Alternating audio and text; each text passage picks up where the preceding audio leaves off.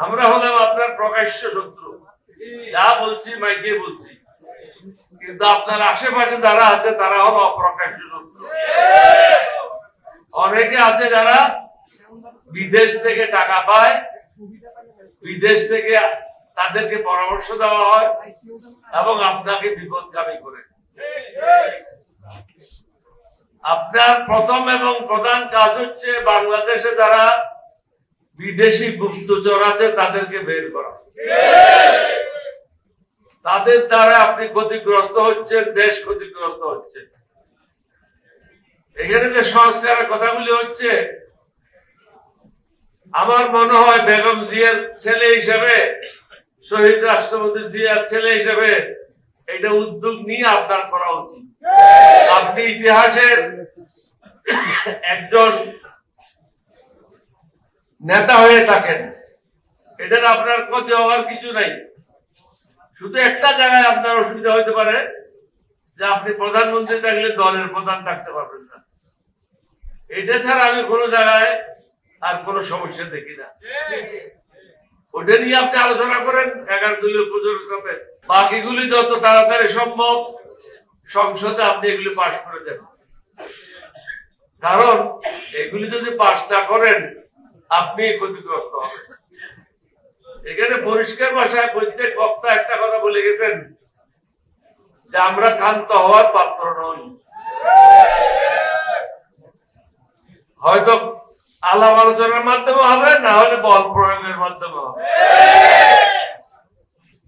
আলাপ আলোচনার মাধ্যমে শেষ করাটা বাঞ্ছনীয়, কারণ আপনার অনেকগুলি সমস্যা আছে।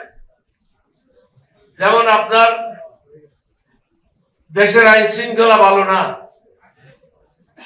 কতগুলি ছিনতাই হয়েছে, কতগুলি মানুষ মারা গেছে, কতগুলি অবৈধ দখলদারি, কত জায়গায় চাঁদাবাজি হচ্ছে, এগুলি নিয়ে আপনি ব্যস্ত আছেন। মাদকের ব্যাপক বিস্তার লাভ করছে বাংলাদেশে, এটা সবাই আলোচনা করতেছে। এবং অর্থনৈতিক অবস্থা ভালো না, নতুন বিনিয়োগ আপনি পাচ্ছেন না। এতগুলি জিনিস একসাথে আপনি আপনার এই কাঁচা প্লেয়ারকে দিয়ে খেলতে পারবেন না। যারা আপনার সাথে আছে তারা হলো ওই যে আপনি যদি স্কুলের সাথে তুলনা করি, হেড ক্লার্ক হয়ে গেছে হেডমাস্টার, ডেপুটি সেক্রেটারি হয়ে গেছে মন্ত্রী। এখন যদি ডেপুটি সেক্রেটারি মন্ত্রী হয় তাহলে দেশের কি অবস্থা হবে বলেন? আপনি কিন্তু খুব ভালো অবস্থায় নাই। আপনাকে আমি এটাও পরামর্শ দিয়েছি, ঢাকার বাইরে আপনি রাত্রি যাপন করবেন না, কারণ চারিদিকে আপনি শত্রু দ্বারা পরিবেষ্টিত।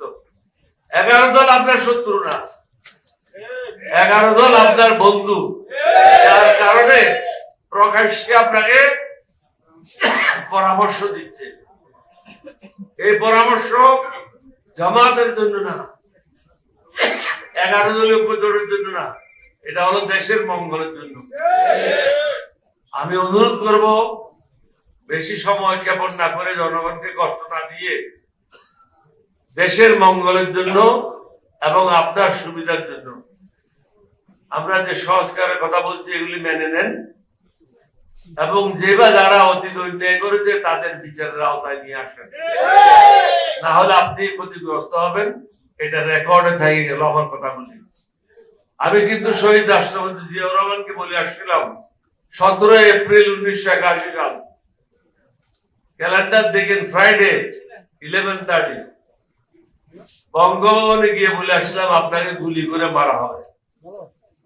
উনি আমাকে জিজ্ঞাসা করেছিলেন কে মারবে, আমাদের ওটা আমি জানি না, কিন্তু মারা হবে এটা ঠিক। সর্বশেষ ওনার সাথে আমার বৈঠক হয়েছিল 22 মে। তখনই আমি বলেছিলাম একটি কথা, আপনাকে হত্যা করার জন্য পরিকল্পনা হয়ে গেছে। এখন যে প্রধানমন্ত্রী আপনার বিরুদ্ধে আপনি দেখছেন প্রত্যেকদিন ইউটিউবে কারা কারা আপনার বিরুদ্ধে ষড়যন্ত্র করছে, অনেকেই 2018 সালের নির্বাচনে হাসিনার কাছ থেকে টাকা নিয়েছেন, তারা আপনার দলের লোক।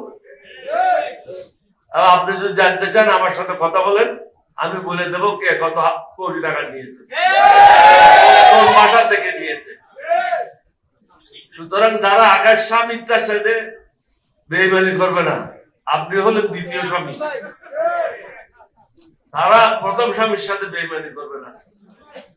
আপনাকে সতর্ক থাকতে হবে এবং আমরা যেতে চাই, পুরা জাতি যেতে চায়, সেটা আপনাকে অবশ্যই করতে হবে।